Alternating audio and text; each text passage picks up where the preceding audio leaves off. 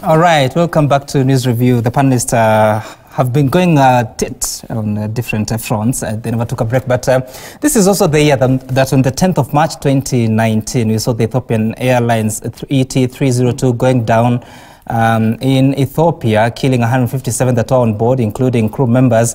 And there were Kenyans who totaled to 32, and so many other nationalities totaling to about 33.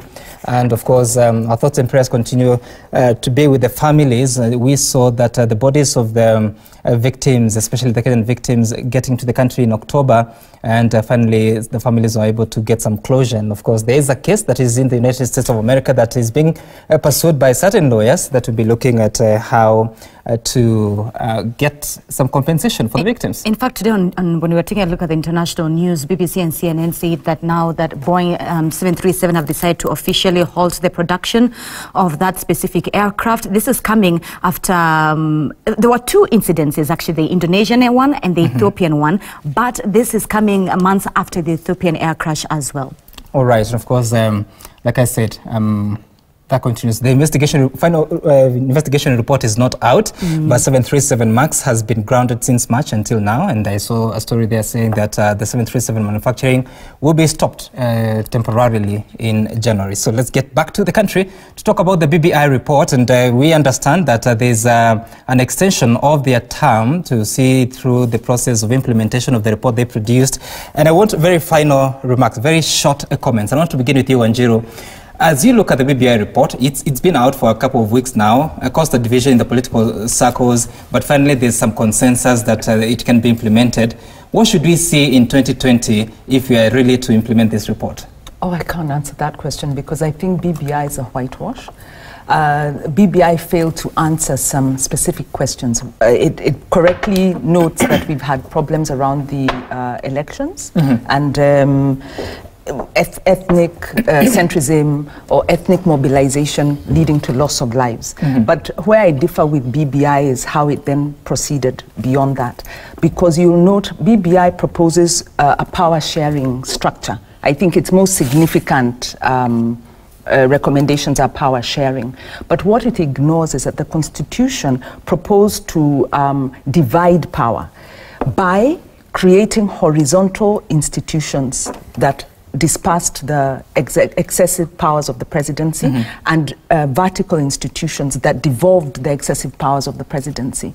And it created then strong institutions to protect the setup, accountability, public participation. So the question BBI should have asked is why have these provisions not been implemented? Instead, it sidesteps that and tells us, well, because those that hold the instruments of power are likely to fight again, let's give them a power sharing deal. So it lacks political accountability. Dr. Sam, very briefly, your general thoughts and feelings on BBI.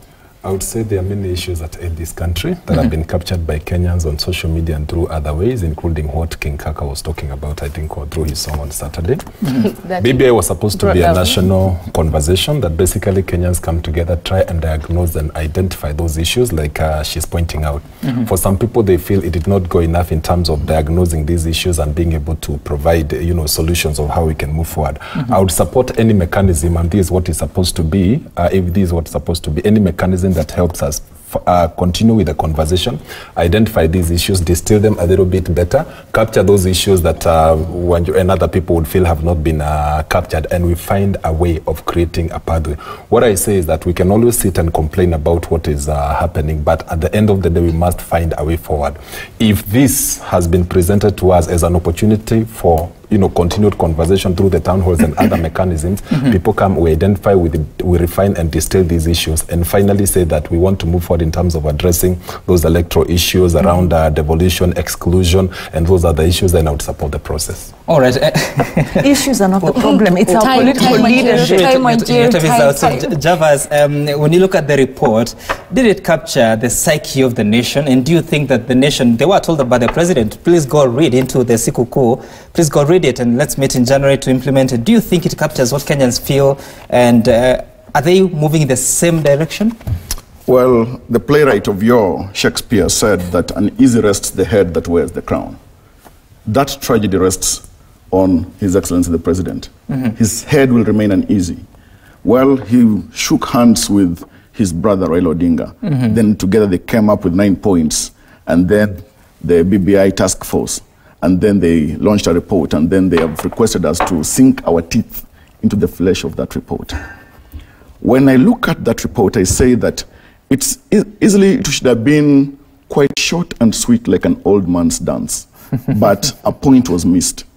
Today, if, for example, one of the 9-point agenda issues was electoral injustice, and as my relative Gikonyo has said, why is it that when you look at the length, the breadth, and the content of the report, it even misses aspects of how to cure electoral injustices?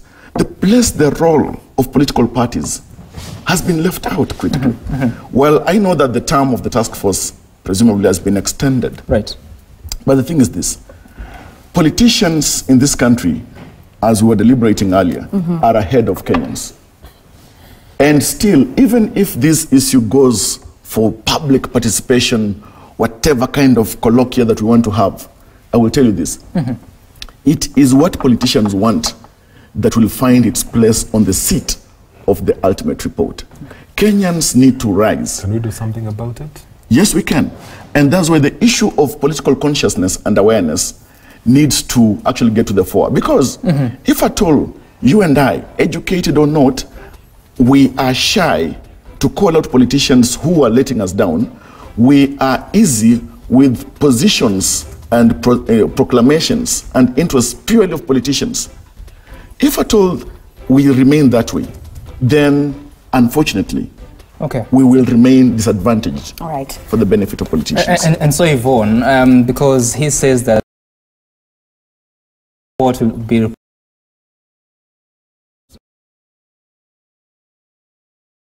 to ensure that doesn't happen. Well, Kenyans actually elect their politicians so that they can represent them, but that's not the issue here.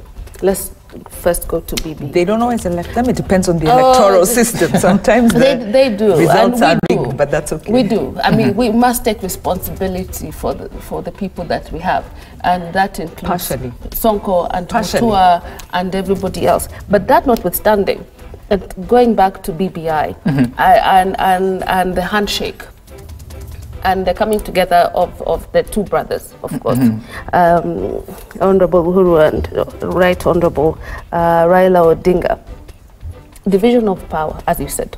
Yes, it's very important because it means that other communities, other tribes, the women, youth, other people come together. It means that for the first time, we can actually sit on the table and share some of these issues that are there. That's the inclusion of major groups. And the fact that the term has been extended, and if you look at the terms of reference for the extension, it includes inclusion of major groups. Yes, actually. In fact, it does. But it's a very important. And participation we need to let her finish her point. No, let me finish. Now, if you ask me, is BBI saying anything new, doing anything we've said before? Absolutely. Together, political.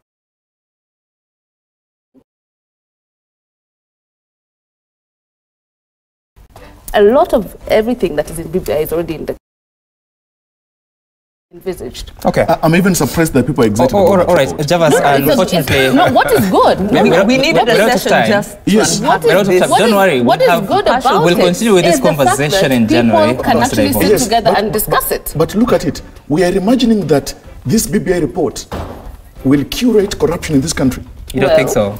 If it it's also political sharing. All right, Javas Bigambo, political inclusion. Javas Bigambo, governance consultant, Wanjiru Gikonyo, national coordinator of the Institute for Social Accountability, Dr.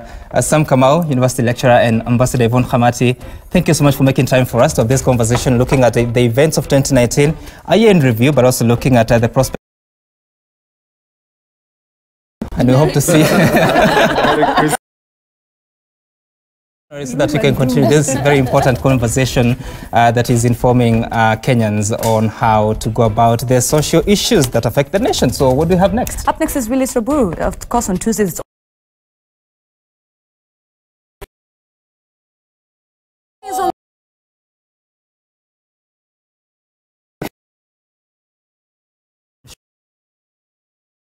It has been on Citizen TV for a couple of weeks now. Maria herself will be in studio, so be sure to catch that conversation with Willis Rabru. Continue texting us your views on 22422 or tweeting us at Citizen TV Kenya, at Samgituku, at Zinzi_K. The hashtag to use is the break. Back in a moment.